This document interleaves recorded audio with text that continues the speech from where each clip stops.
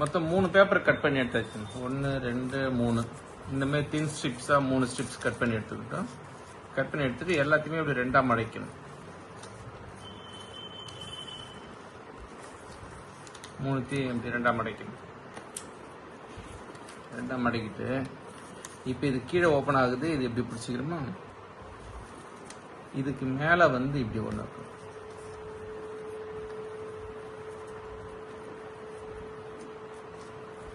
இப்போ இங்கே ஓப்பன் ஆகுது, இங்கே ஓப்பன் ஆகுது. இதுக்குள்ளே வந்து இது இருக்கு.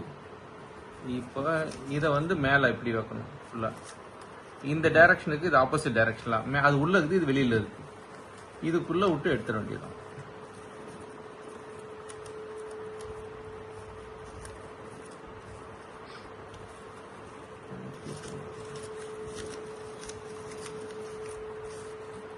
இது உள்ள விட்டாக்கா அவ்வளோதான், முடிஞ்சுது. இது அப்படியே எல்லாத்தையும் டைட் பண்ணாக்கா வந்துடும்.